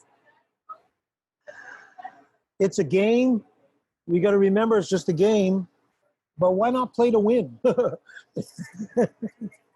You don't take it too serious, but hey, let's play it the best that we can. Right on. Okay. And then I do have a few more questions about the creative process and about your writing in the last portion of the interview here, just our last few minutes. Before we turn to that, I just want to say this here to make sure we get it in, which is if people want to learn more from you or they want to connect with you, of course they can go to Amazon.com or hopefully their local bookseller or a bookseller near them and buy Just Breathe. But if they want to learn more from you or connect with you, what would you have them do? Well, go to breathmastery.com, scroll down and subscribe to my monthly newsletter. Look through the archives. I published an article on breathing every month since June of 1976. Wow. So in my members area, there's archives of breathing reports and articles going back 40 years. My Instagram page is a good way to keep up, Dan Brule Official. I post little tidbits, coming-ins, goings, and quotes here and there, and updates and so on. So my Instagram is a good place to go to keep up. And my Facebook page, Dan Brule, or the Breath Mastery Facebook page, we're always posting what's happening, what's the latest, where we are, what's going on, new insights, new little tweaks and techniques. And I do Skype consults if we can't get in the same place at the same time. But a lot of this work is about transmitting energy in some way. It's, I was able to accomplish stuff when I was in the presence of my teachers that I've never been able to accomplish since. And I know their presence had something to do with it. And so we catch things from each other. And, a good hands-on breathing session, can clear away a lifetime of stuff and can map out work for the next few years of your development and process. So my best thought, just do it. Find a way to begin to practice. The book will give you stuff. I have a lot of recordings free on the website.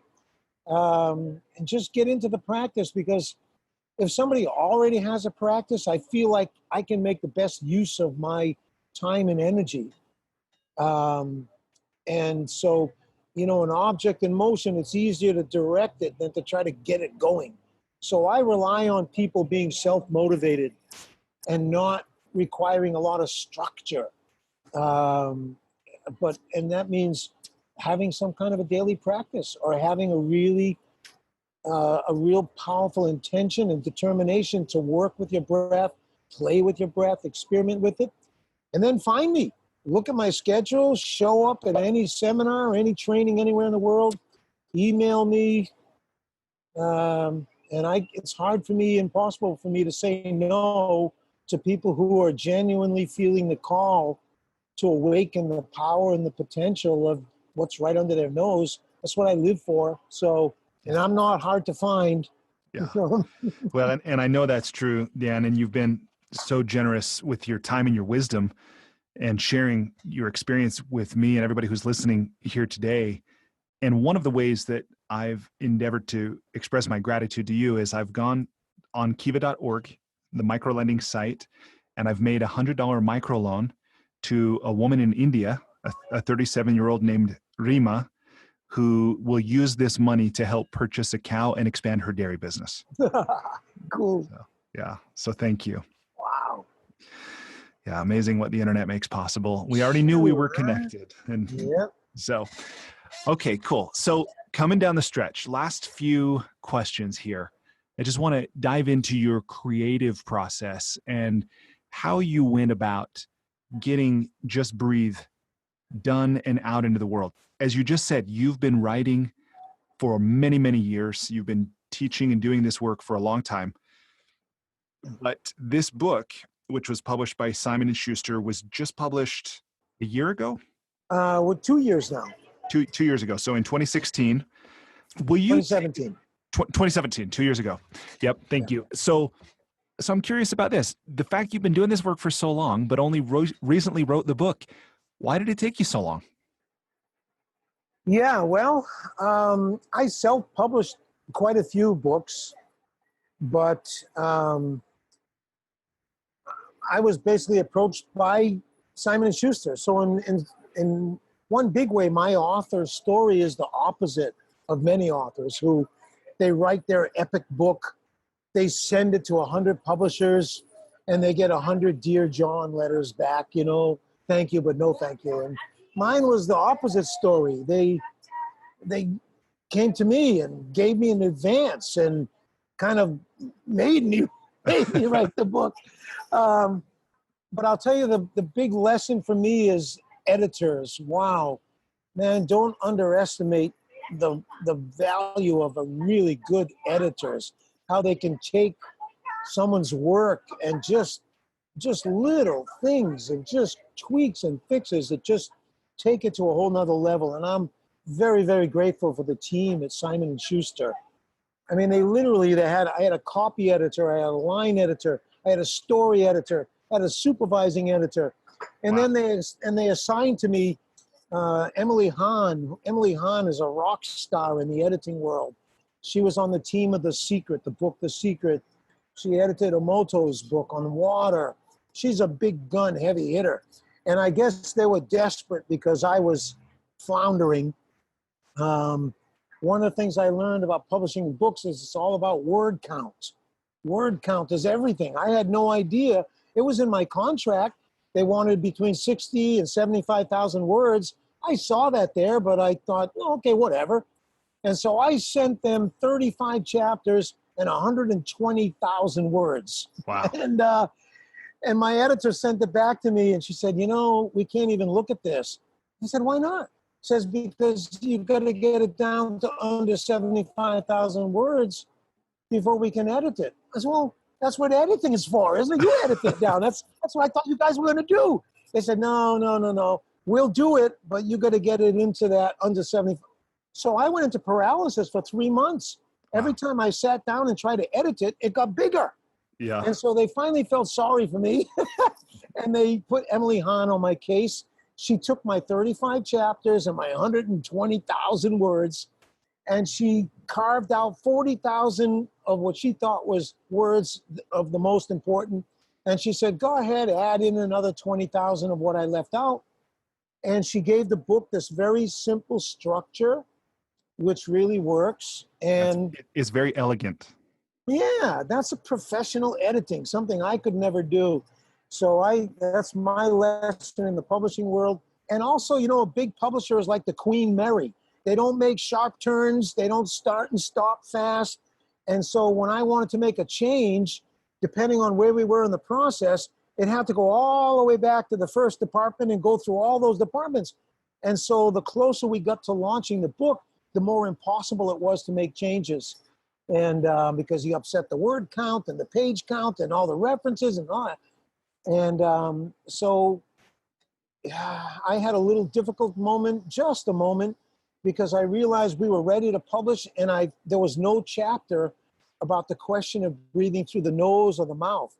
And I've never done a seminar where at least one person didn't have that question. So I said, oh my God, we can't publish this book without a chapter answering that question. And so the chapter's called The Nose Knows, but they said, wow, if we do this, it's going to put publication off 6 months. We're going to have to go back. We're going to have to repage and da. And so I only wanted to put in 55 words.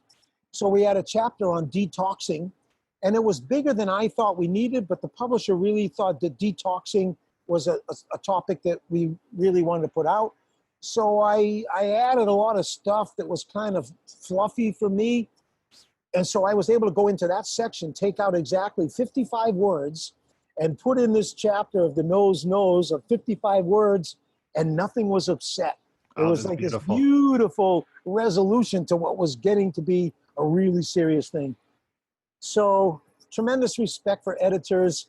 and an appreciation for what a very big process writing a book is when you do it at that level of professional publishers, you know. So, Yeah, no, it's serious work, and yeah. doing it well, when it's done well, it looks easy. But if it were easy, everyone would do it, for sure. Yep. But with the 120,000 word manuscript that you had, as a matter of process, how did you go about getting that created? Do you write every day? Do you set an amount of time? Do you speak it and have it transcribed? Do you have a writing partner? Like, how did you go about getting that created? Good advice is, just sit down every day and just write something. I wasn't very good at that discipline. I mean, I wake up at midnight and 15 hours later, I'm done. A bunch of stuff came out. Then I go through and I try to make sense and organize it a little bit. So for me, it came in these like waves where like nothing was coming for days and days and days. And then all of a sudden, wow, I'm just trying to keep up with it. So I wish it was a matter of discipline, sit at my typewriter or my computer every day at 9 and do 10 pages. That didn't work for me, and I can't imagine it working for me. Other people is probably just what they need.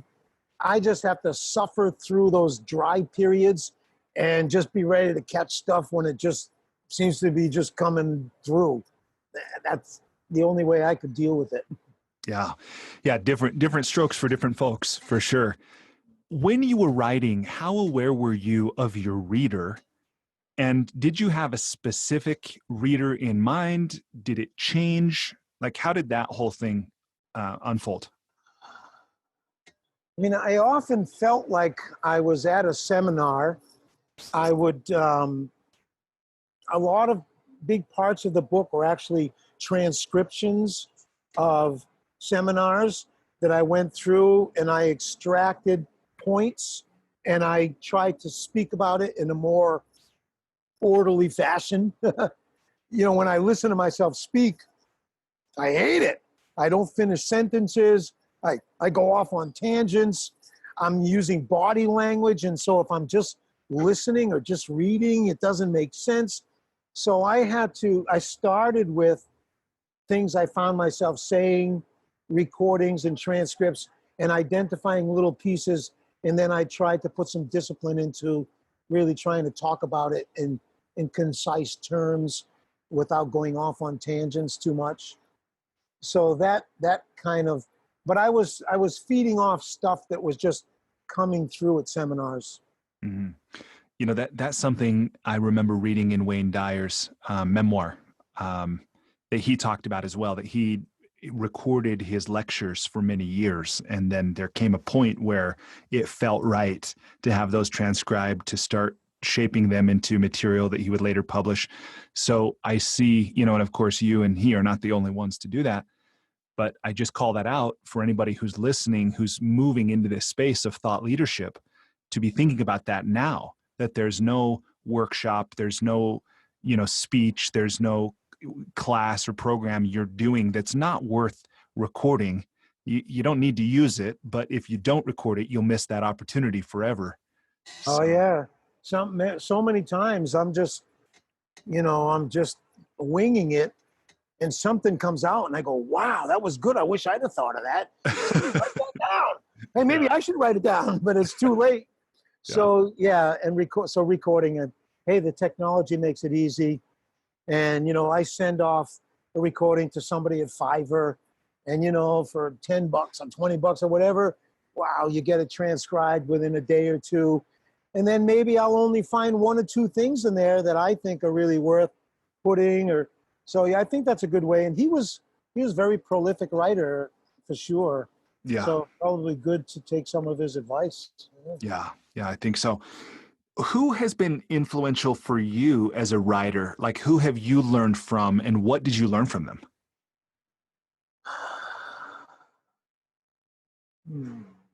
I had an English business writing professor at University, Massachusetts. His name was Bob Waxler.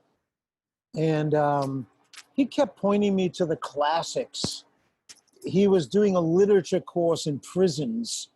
And I thought, what a weird audience to like take Shakespeare and, classical literature. But it just makes people think in different ways. It gives them that they can follow.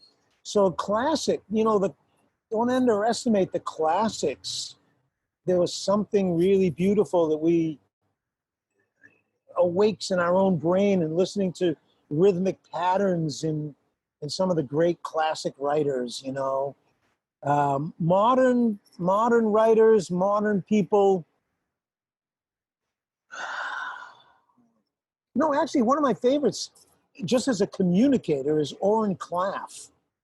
Oren Klaff's book, Pitch Mastery, Pitch Anything. I mean, he's a venture capitalist. He raises money for a living. He's a private banker. And he's got a great formula for presentations. He's got 20 minutes in a room, and he's got to walk out with a check for $50 million. He's got a great way of compellingly presenting things, and he works with people's, what he calls their crocodile brain, and he has an order to the way he presents things. Just a brilliant communicator, both in how he speaks and how he writes, because it's just so suited to how our Western mind processes information and how we are as humans. And so I love listening to him. I love reading him. He's just brilliant thinker, brilliant writer. So yeah, for some reason, I hadn't thought about it, but I love reading whatever he writes. So I guess he's somebody that I'm trying to absorb some of his communication skills. Right on. Well, I don't know his work, but looking at your work, I think you probably, some of his work is rubbed off. Oh yeah. That's great. That's cool. When it comes to technology helping you get this book done and your writing, the writing that you're still doing, what piece of technology do you find your biggest blessing, and what's your biggest bane? Yeah, an external hard drive and remembering to back up your writing. Wow. I mean, I went through a couple of moments where, I literally lost everything and thought, oh my God, I've been writing for 20 hours. Where did it go? What happened? So, automatic backup is like a lifesaver for technology. And,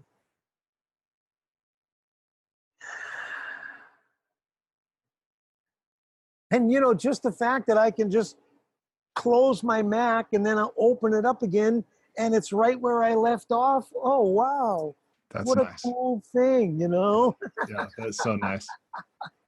Air conditioning helps. Yeah. There's a couple of times when I was sitting in my truck here in the desert in Baja with the engine running and the air conditioning on and just typing away because it was just coming through and I had to catch it.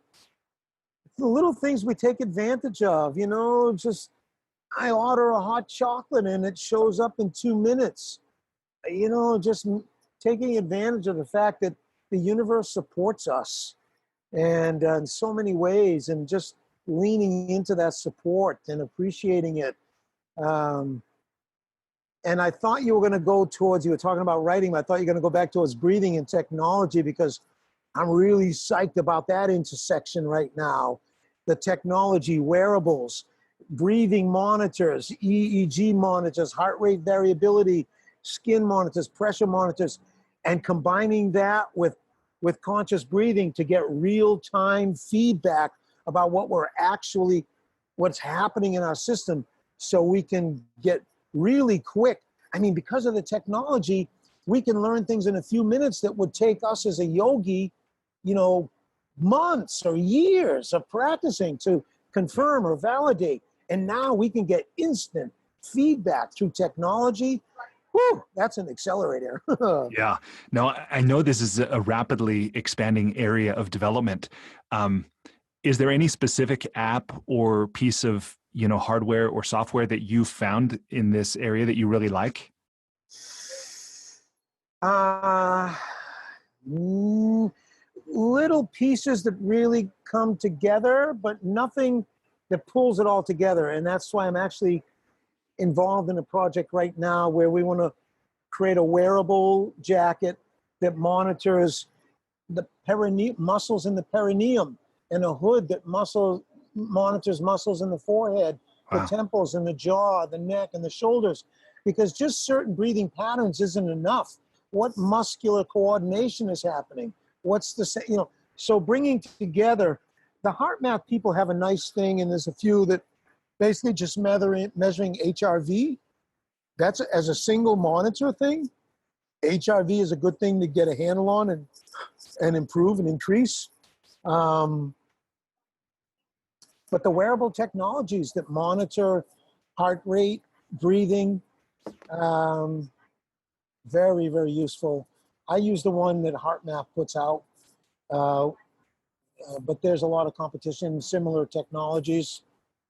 Yeah, So, I use that. I use that one too. And for just a moment, anybody that doesn't know HRV, this idea of heart rate variability, will you just talk briefly about what it is and why it's so important? yeah, when we inhale, the heart speeds up.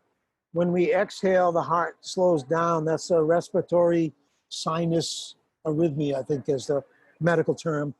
Heart rate variability, HRV. And basically, the principle or the fact is that when we're in the zone, when we're relaxed, when we're in a really resourceful state, our heart rate variability is very high.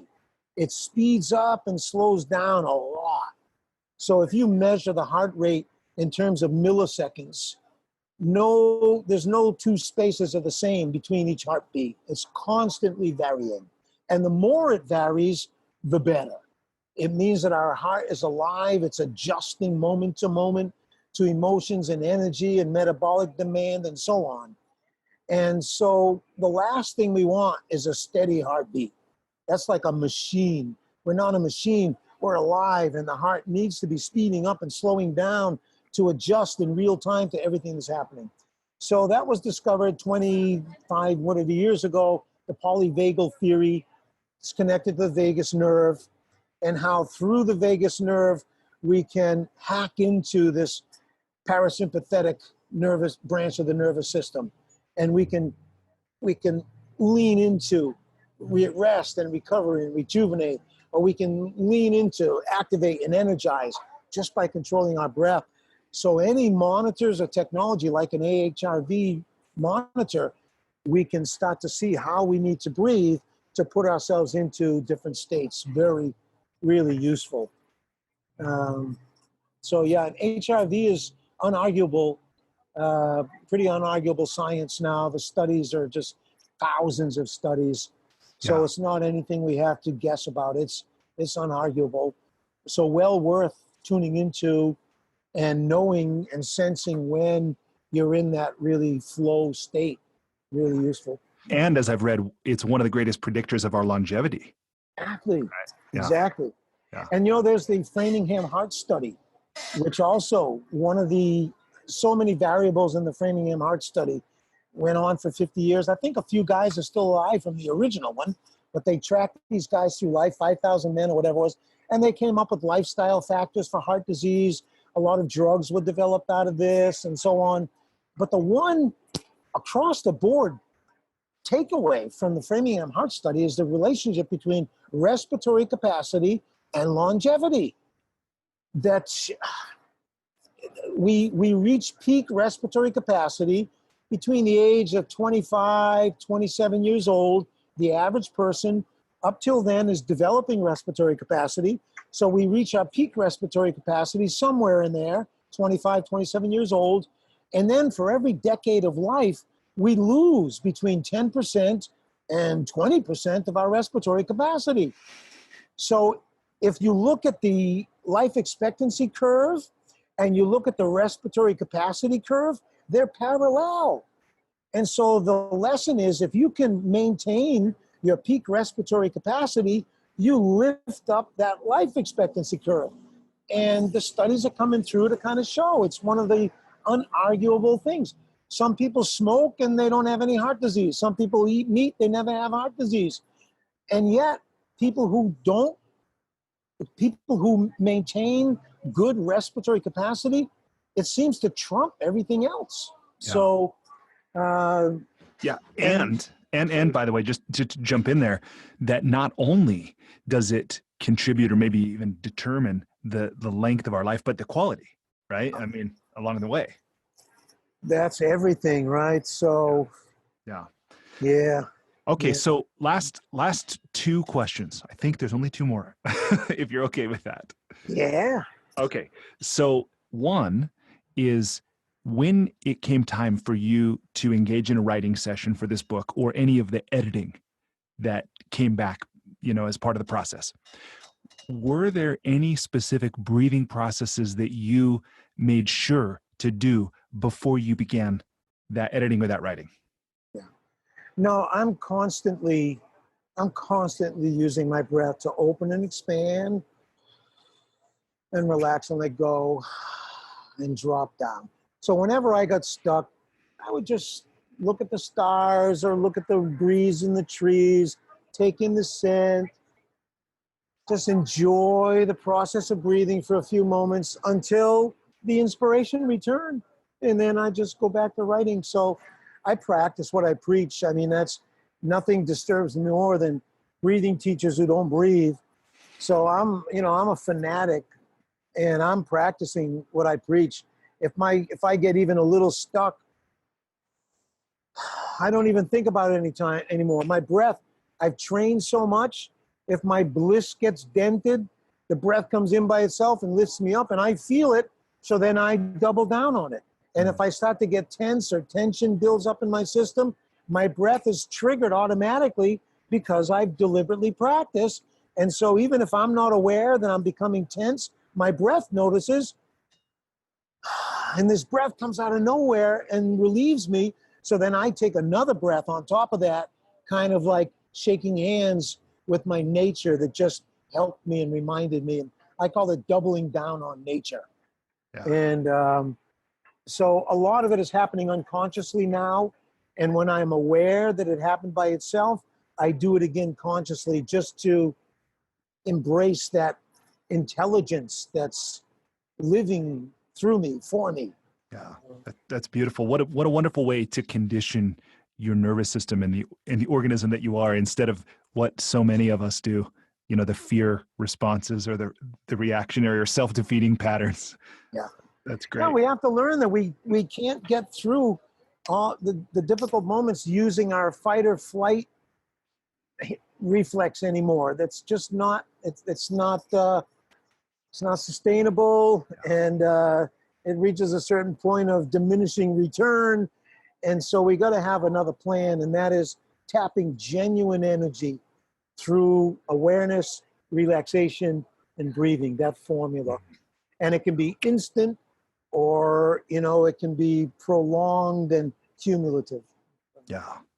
Are there any quotes or sayings or proverbs related to the breath that you like, that just really kind of bring a smile to your face, or you feel like they convey a truth really powerfully? Every breath is a blessing. Every breath is a blessing. To realize that, to acknowledge it, to feel it, because it's true. Every single breath is a blessing. And the more we remember that and experience it, the more blessed we feel. And every breath is a prayer, because whatever you're thinking about while you breathe, you are giving life to it. So be careful what you think about when you breathe. And because every breath is a prayer and every breath is a blessing. And we just have to make it conscious. And so it is. Yeah, beautiful.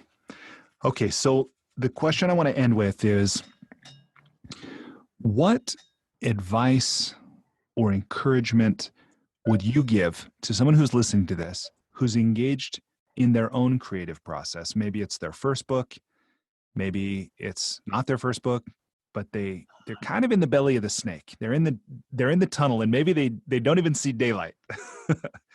What do you say to the person who's in this situation? You need to open and expand. And I like whatever you can open and play with. Like I do a,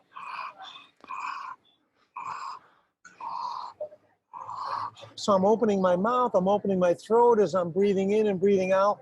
I'm feeling my chest open, I'm feeling my belly open. I'm inviting my whole system to open and soften. I'm inviting energy to flow.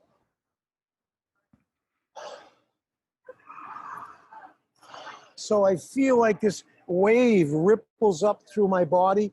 The breath goes down into my perineum. My belly fills, my heart fills, my head fills. And for a moment, I'm just getting into this sense of everything opening and expanding and loosening and softening and flowing. And then it's like, whoang, it just brings us back to something. Use your breath. Use your breath.